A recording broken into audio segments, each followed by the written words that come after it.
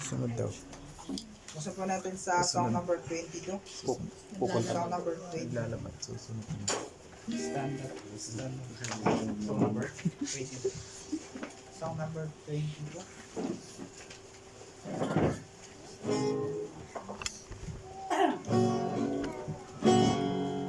Tayo po ito mayo. Kantayin po natin sa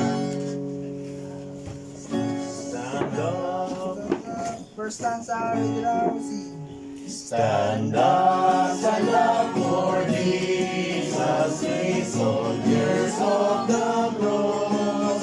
Lift high His royal banner, it must have suffered loss. From victory unto victory, His army shall we lead, till every foe is vanquished, and Christ is Lord indeed. Stand up for Jesus, the trumpet will obey. For through the mighty conflict in this His glorious day, He that are men of service against unnumbered foes.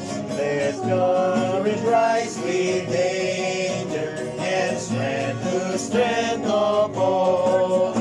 Stand up for Jesus, the strife will not be long.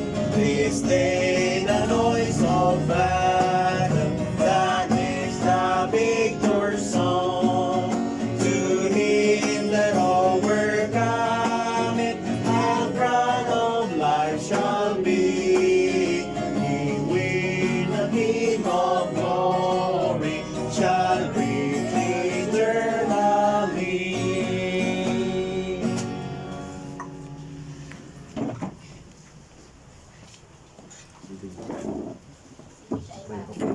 Yan, magandang umaga po sa ating lahat.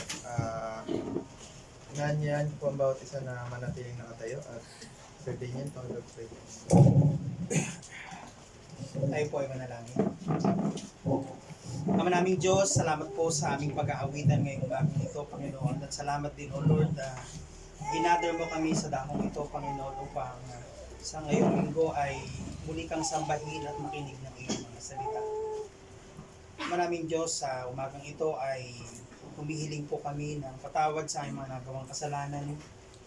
Muli pong linisin mo po ang aming puso, alisin po ang anumang mahadlang, Panginoon, at anumang kasalanan upang sa ganon ay maging maayos po kaming tumanggap muli ng mga mensahe mula sa iyo, mga blessings. Salamat po, O Lord, sa nakalipas na buong linggo na patuloy po naming naramdaman ang presensya mo sa aming buhay, O Lord, ang iyong protection, ang provision mo, Panginoon, ang pag-iingat mo sa amin. At ganoon din po, Panginoon, ang pagsama mo sa anumang battles namin sa aming buhay, O Lord. Salamat sa mga kapatiran na nandito ngayon, sa mga anak mo, O Lord, na nagpapatuloy. Salamat sa buhay ng bawat isa, ganoon din po sa buhay ng aming pastor na ginagamit mo, O Lord, na inig kami, kasama si Preacher Joe, kasama ng kanilang pamilya, O Lord.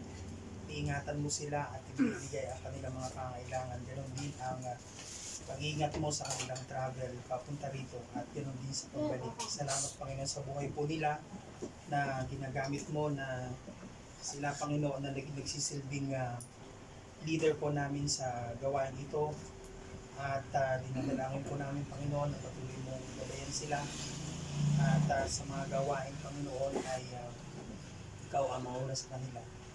At sa umagang ito, Panginoon, muli po ay makakapakinig kami ng iyong mga salita, mga mensahe, Panginoon.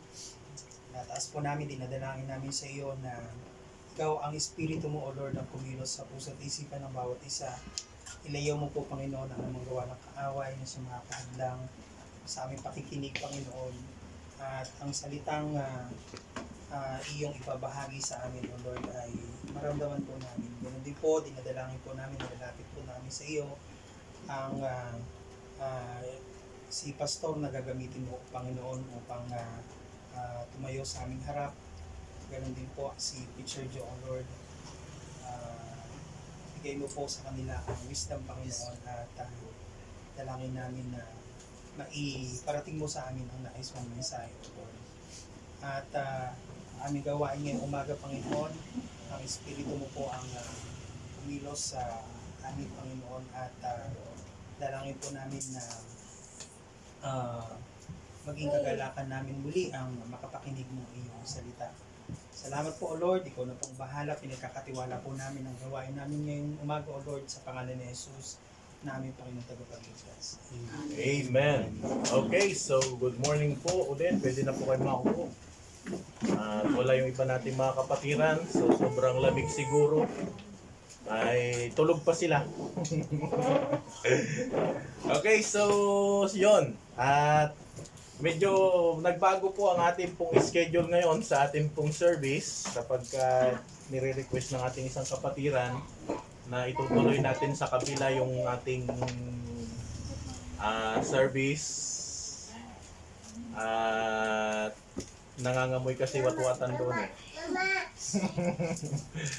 Kaya magwa one preaching lang po tayo ngayon at madalian pa at ng mga para 10-20 mga ganon, tayo po ay pumunta na doon sa kabila at doon po natin itutuloy yung worship natin. At sige po, wala na po tayong Sunday school after this. Paki-gathered na ilan yung mga bata natin? Meron tayong 4. Ready ka na? Sister Grace? So, merong 4-5. Pang-anim si Michelle. Okay, so sasamahan ka ni Sister Sheila doon after ng ating choir. And then, after ng ating pong preaching, tayo po ay magbibigay sa Panginoon. Okay, so madalian po tayo. Tawagin na po natin yung choir po natin. Doon tayo kay Auntie Florence after ng service natin.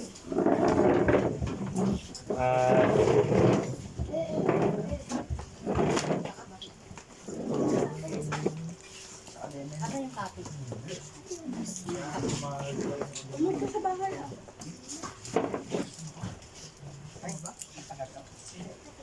Ariyan, naliligaw ka. Doon si Johnny. Ay, ganun ba yun?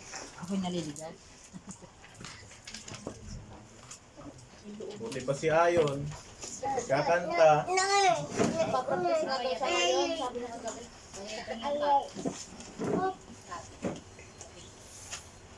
Buti pa si Ayon. Yung isa dyan, hindi.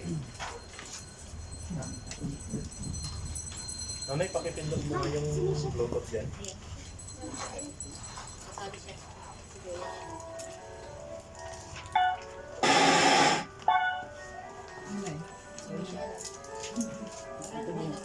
Yan, naka-Bluetooth din. Kinukunik ko. Ate Grace.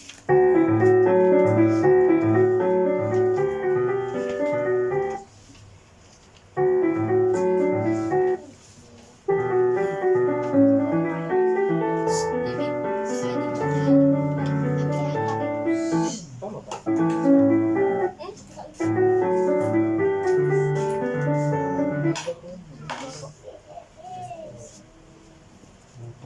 Ay, yung natin mali yung source natin Lagyan ni Sarah. Wala. Ano naman dito? Ayun. Ayun na siya. Ay, inang. Andito sa kwarto. Naglalaro. Ayun. Parang sabi ko sa tracker niyang laruan. Delikado. Digitan pa naman. Wait lang po sorry po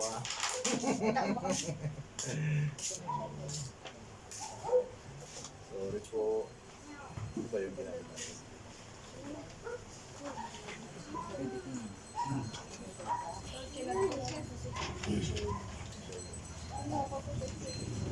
Ay! Good day for a date. May commercial pa. Yan. Mag-head and shoulders every day. Ay, di shoulder kayo. Nabisi ako kanina, hindi ko na na-check yung ano, kakantahin.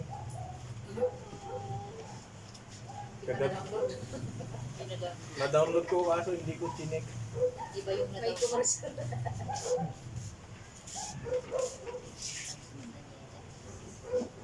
Yan mo yung tablet mo. Cellphone mo. Hawak mo di ba cellphone mo yun? Wala nga akong cellphone. Wala akong reportang makakalimutan. Ito lang po ah. Medyo nagloko yung ating signal. Nagloko yung ating cellphone. Kami nabilis. Yung nagmadalig pero ano. Salamat. Hindi kami wifi. Na.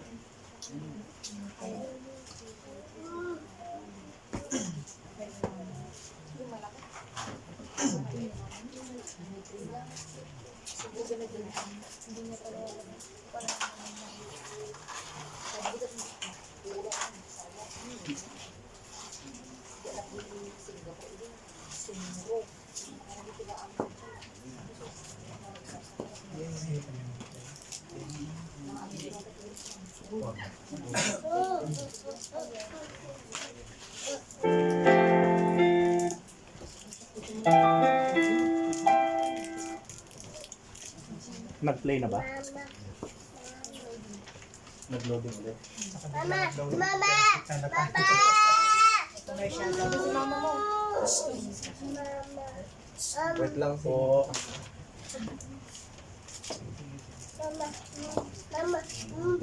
Seryo pala. Tapos biglang nag-loading ulit. 13.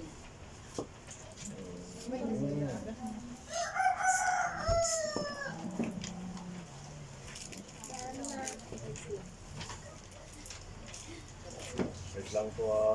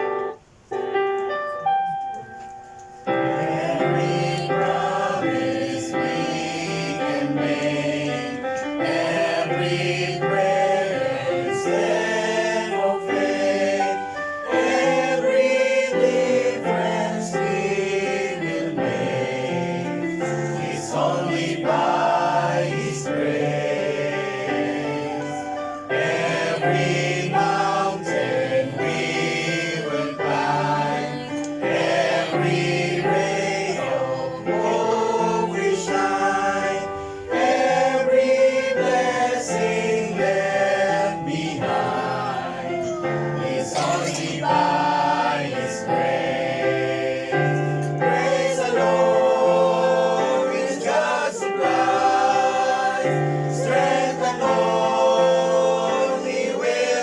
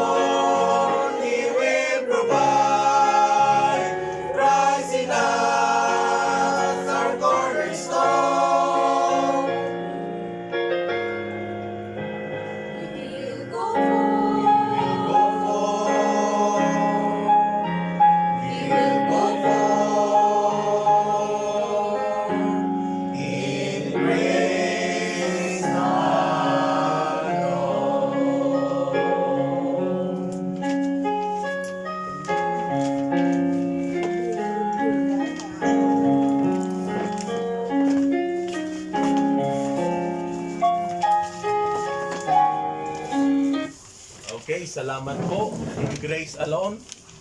At sa biyaya lamang po, na pinagpala si Sister Grace kasi laging pangalan niya ang nababanggit natin. Grace talaga. And grace By the alone. grace. Grace. Pare. Okay, so good morning po once again sa bawat isa po sa atin. At muli tayo po ay dadako na po sa pag-aaral ng salita ng Panginoon.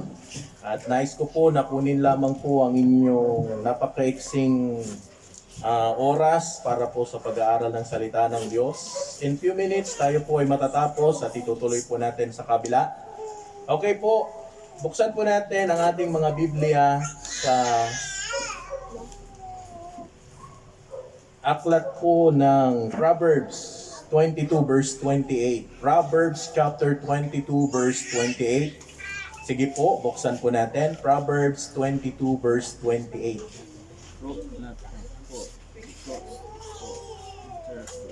Proverbs chapter 22 verse 28. Yung cellphone mo nandiyan sa taas lang pakisilip. Okay, so andyan na po bang lahat? Amen. Amen. Okay. So, ang sabi po ng banal na kasulatan, remove not the ancient landmark which thy fathers have set.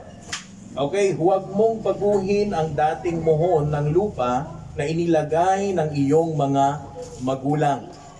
So, bago tayo magpatuloy, tayo po ay manalangin. Ama naming Diyos, salamat po sa mensahe. Bless niyo po ang pag-aaral ng iyong salita. Ikaw po siyang patuloy na may taas sa aming buhay. Ikaw pong siyang madakila, Panginoon. Pinupuri kayo namin, pinapasalamatan, at muli, ito pong aming samot na langin sa pangalan ni Kristo Jesus. Amen and amen. Okay, so dito po sa ating pag-aaralan ngayon ay patungkol po sa ancient landmark. Ano po? Ibig sabihin, yung sinaunang mohon. Sapagkat napakahalaga sa buhay po natin bilang mga mananampalataya na meron po tayong sinasabi na landmark. Ano po? Kumbaga dito sa Kadayakan, ano pa pinaka-landmark natin dito sa Kadayakan? Minsan ang sinasabi na lang landmark na sinasabi yung barangay hall. Ano po? At minsan naman malapit dito sa tabing tabing ilog. Yung iba naman, pag sinabing Kadayakan, malapit-lapit doon sa sementeryo, ganon. So may mga landmark na tayo po ay, yun ang basihan po natin para mas lalo po tayong makita or makilala. So sa buhay Kristiyano po natin, napakahalaga po yung landmark na tinutukoy po natin. Kasi ito po ay literal, na nakasulat doon po sa banal na kasulatan na ang landmark para sa kanila, ito yung boundaries. Amen po ba? Literal boundaries, stones or makers setting properly lines in ancient Israel. A command against theft and disrespecting as ancestral land division. Ano po? So, nagtatakda ng linya at ari-arian sa sinaunang Israel. Kasi in the Old Testament, pag once na sila po ay nananakop, nilalagyan nila ng muhon yan. Di ba? Kasi pag may muhon yan, ito pag-aari ko to, akin to, kaya hindi pwedeng may lumagpas dito. Pag lumagpas ka, trespassing ka. So, ganyan, di ba? Lahat naman tayo, yung mga bahay natin, nilalagyan natin ng muhon para hindi po siya, ang tawag noon, para hindi po mahalata. So, napakahalaga sa buhay po natin na makita po natin yung landmark. Kaya nga po, remove not. Bakit hindi dapat natin pwedeng alisin yung dating mohon na inilagay ng ating mga magulang sa atin? So, sa buhay Kristiyano po natin, napakahalaga nito sa atin. Yung ancient landmark, especially doon sa kung paano to tayo mabuhay bilang mga Kristiyano sa buhay po natin as a Christian. Ang sabi po ng Deuteronomy 19 verse 14, thou shalt not remove thy neighbor's landmark. Ibig sabihin, huwag mong baguhin, huwag mong ilipat Eh sa panahon po natin ngayon, pag yung mga gahaman sa lupa, anong nangyayari? Kahit kalsada, susukatin, amin to. Di ba? Ganun minsan eh. Di ba? Nasubukan na po ba natin yon? Magtataka ka na lang yung muhon mo pausot, imbis na paluwag, paatras. Di ba? At yun yung nangyayari. Kumbaga, wag nating alisin, wag nating ilipat yung muhon na inilagay ng ating mga magulang. So as a Christian, meron tayong natutunan or merong katuruan na pwede nating gawin or pwede nating i-apply sa buhay po natin. Ang nakakalungkot po dito, yung mga old teaching na dapat po nating pag-aralan or dapat po nating sundin, yun yung nababago sa buhay po natin as a Christian. Eh kahit nga sa panahon po natin ngayon, pag-uugali pa nga lang ng tao, ibang-iba yung pag-uugali ngayon kaysa noon. Sapagkat noon, makikita mo yung kaayusan. Pero ngayon, harap-harapan na lang. Kaya nga minsan nakakalungkot na kahit maraming mga Kristiyano na dapat makita mo yung buhay nila as a Christian, hindi mo makita, Kristiyano kaya yan? Mananampalataya kaya yan? Parang hindi naman nagbabago, para namang walang pinagbago. At yun na yung dapat po nating makita at maintindihan na bilang Kristiyano, nabubuhay po tayo hindi doon sa makabagong pamumuhay bilang Kristiyano, kundi doon dapat tayo sa old na pamumuhay. Na makikitaan mo yung kasigasigan ng kanilang pananampalataya sa Panginoon. So, anong sabi niya dito? Ang sinaunang palatandaan ay ang mga pamantayan. Amen po ba? Patterns or huwaran at paraan na ipinapamuhay at sinusunod ng mga tao. Yun yung landmark. Ano po sa spiritual na buhay po natin. Eh dati naman yung mga bata magalang, pero ngayon hindi na eh. Dati nagsasalita po ng po, opo, ngayon, kasjay, ganun na, di ba? Nawawalan na po ng, kumbaga, hindi na po nasusunod yung nakasanayan sapagkat unti-unti pong nababago. Ganyan din po sa atin pong bilang mga mananampalataya. Makikita mo noon ang buhay Kristiyano, okay lang yung buhay nila noon eh. Masasabi mong, sabi nga nung iba, yung style ng style nila noon, parang ang boring ng Kristiyano noon kasi talagang makikitaan mo yung parang banal na eh. Pero ngayon, yung napag-aralan natin kagabi about separation na ginagawa nilang excuse. Bakit? Ang Kristiyano ngayon, iba na. Hindi po ganun eh. Bilang mananampalataya, dapat lang na makita po natin, sundin po natin yung sinaunang nakasanayan ng buhay pananampalataya. Yung way ng atin pong pag-worship sa Panginoon. Amen po ba? Ano pa? So, at paraan na ipinapamuhay at sinusunod ng mga tao, ng mga propeta at mga apostol noong unang panahon sa kanilang pang-araw-araw na gawain batay sa mga utos ng Diyos. Ang mga huwaran at pamamaraang ito ang kanilang nagtutulak at lahat ng kanilang ginagawa ay naaayon sa mga ito. So hindi nila kailangan hindi nila kailanman ipinangaral ang anumang aspeto ng ebanghelyo. At tinawag itong ebanghelyo na hindi katulad ng ipinapangaral natin ngayon. Kaya tignan mo maraming mga nagtuturo pero karamihan malayo na po sa salita ng Panginoon. Sapagkat ang sinusunod nila hindi po yung teaching ng Bible, kundi kung ano yung hilig ng tao. Kaya nga, kumbaga sa pagpaparami ng tao noon, kung gusto mong dumami ang tao sa pangangaral Hello? Tama po ba? Pero ngayon, kung gusto mong dumami ang tao, magpakain ka. Magbigay ka ng relief. Every Sunday. Dadami yan. Pero, noon hindi Pag ipinangaral ang salita ng Diyos, 1,000 ang naliligtas sa pangangaral ng salita ng Panginoon.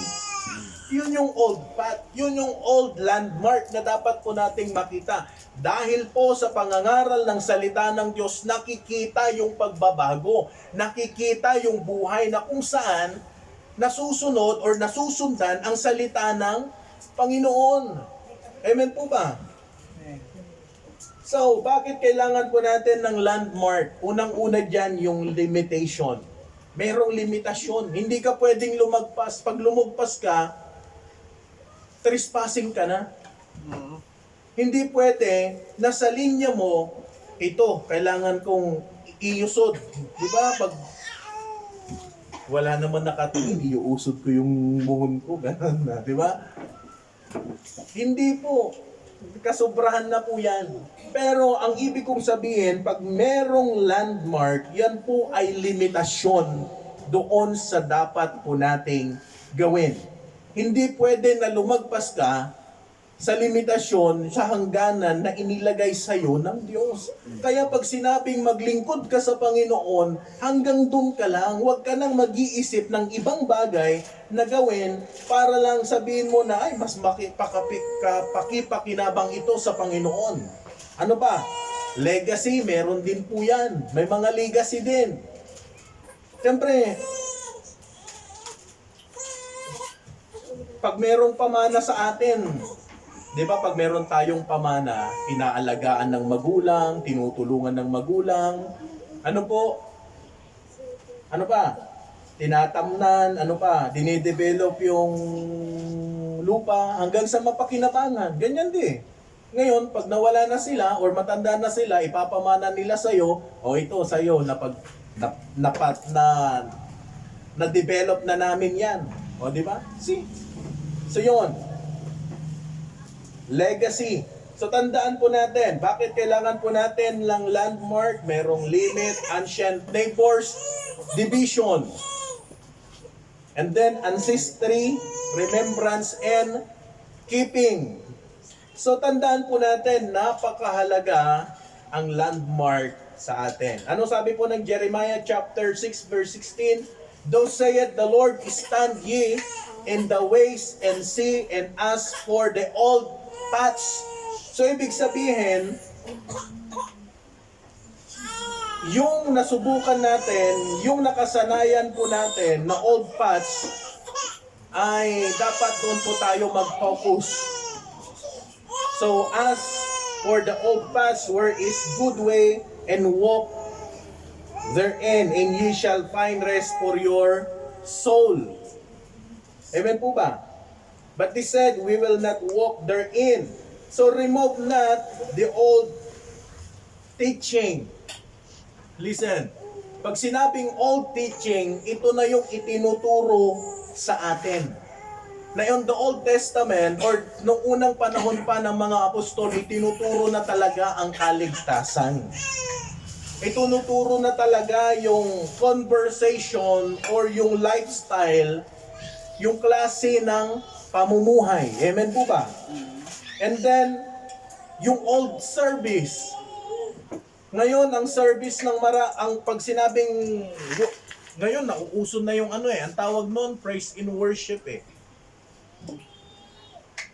Na kailangan, para ma-feel mo yung awitin, kailangan umawit ka na with dancing. Umawit ka na dapat magalak ka. Bakit pag umawit ka ba ng Amazing Grace, malungkot ka? Sige nga, pag umawit ka ba ng To God be the glory, great worship. Hindi naman ganun ang worship Hindi mo kailangan na magpakasaya ka sa kahit anong klaseng tugtugin, kundi yung pag-awit mo sa Panginoon, yun yung tamang pag-service para sa Panginoon. Amen po ba?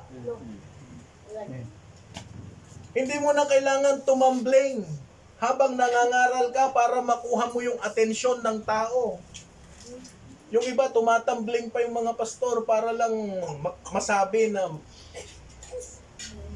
hello, old service, then remove not the old practice. Ano ba yung practices ng church? Nandyan lagi ang soul winning. Nandyan lagi ang Bible studies. Nandyan lahat ng mga bagay na dapat po nating matutunan na kung saan na ipangaral o ginagawa ng mga apostol. Wala po tayong ibang pamantayan. Wala tayong pwedeng baguhin. Baptism, meron tayong baptism, meron tayong yung solemn na style ng pag-worship sa Panginoon, Lord's Supper, and then fellowship. Yung bang wala, hindi naman nawala ang fellowship eh. Ang nabago lang sa fellowship, noon kasi pag nagpe-fellowship, verse by verse. Ngayon, iba na. Kailangan meron kang makitang joke para mapatawa mo lahat. Hindi ganon.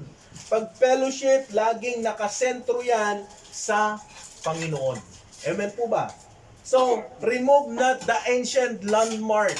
Napakahalaga na dapat wag mong baguhin yung turo, wag mong baguhin yung estilo ng pamumuhay po natin. Kaya dapat praktisin natin na kahit nasa labas ka ng church or nasa loob ng church, nabubuhay ka bilang isang mananampalataya. Amen po ba?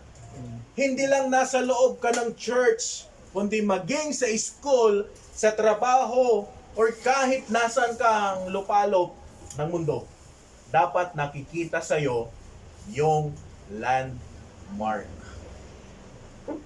Yung makalumang paglilingkod sa Panginoon and then yung old practices, yun yung makikita sa atin. Number 1, introduction lamang po yun.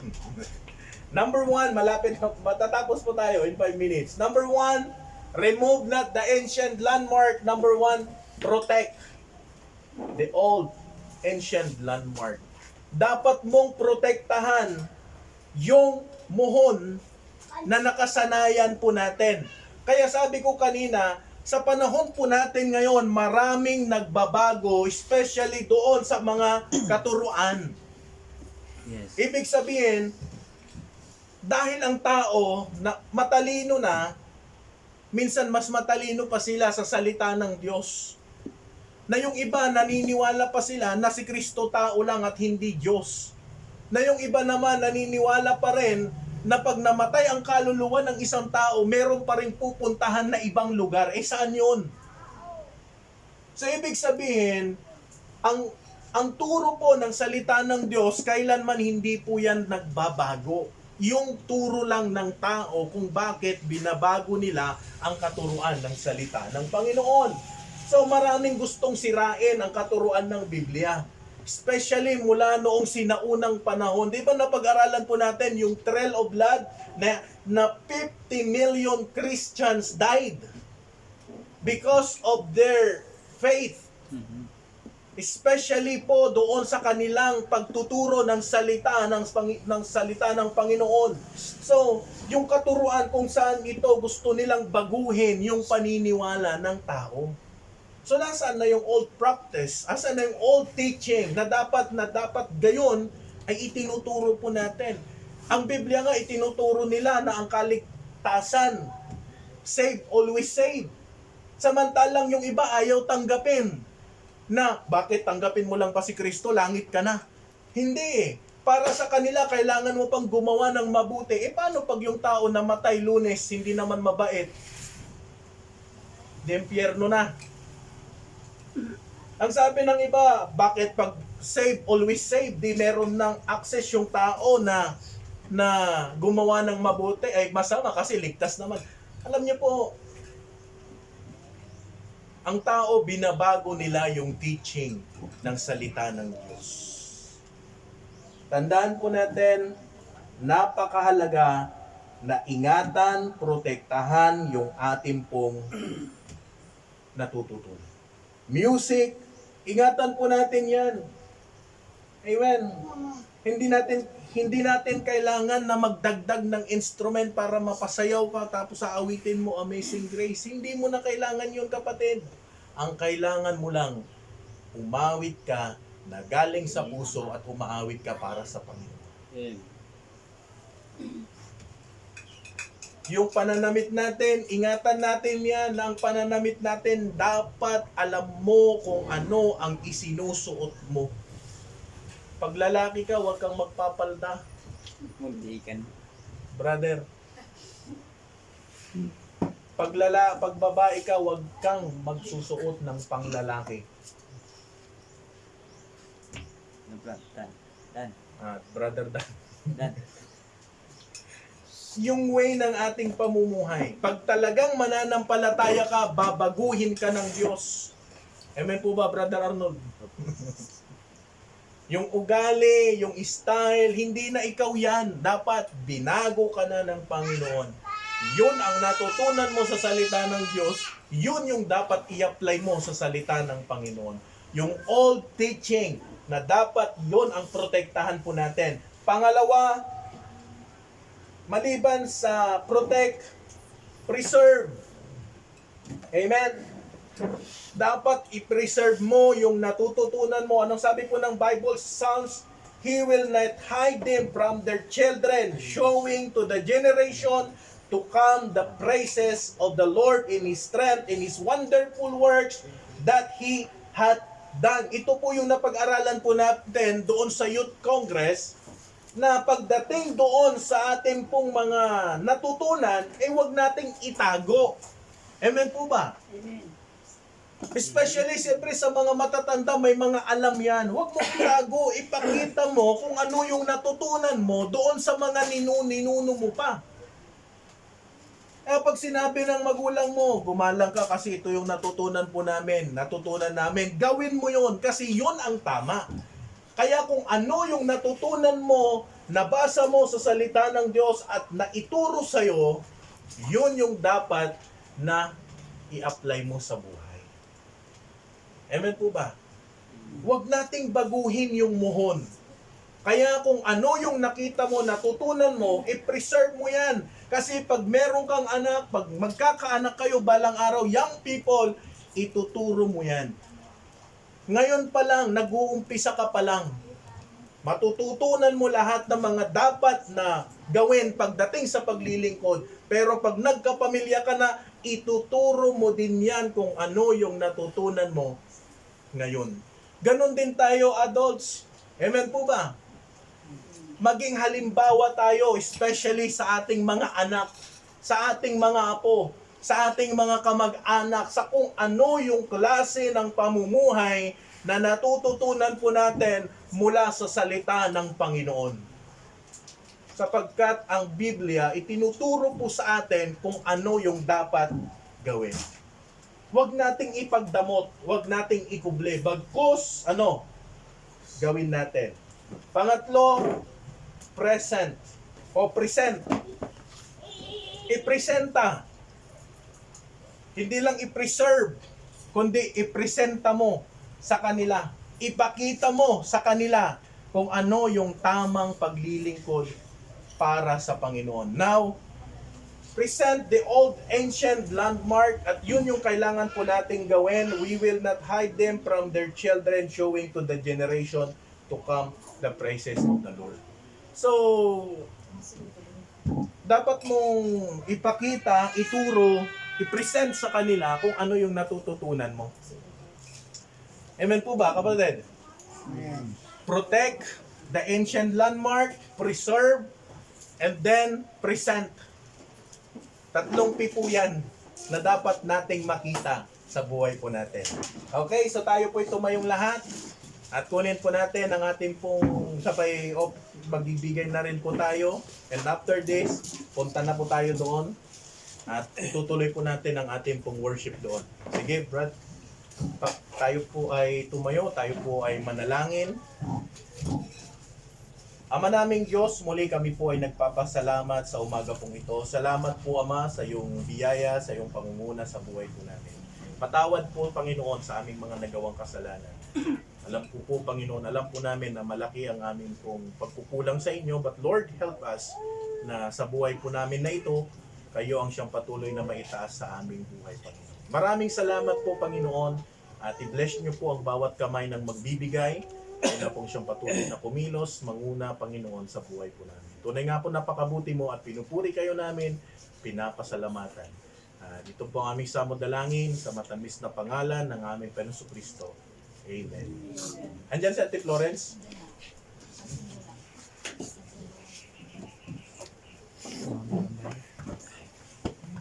Sige po, anong san tayo, ije tayo bangir, inya. Di bale, at damat tilugan. Saka, andyan na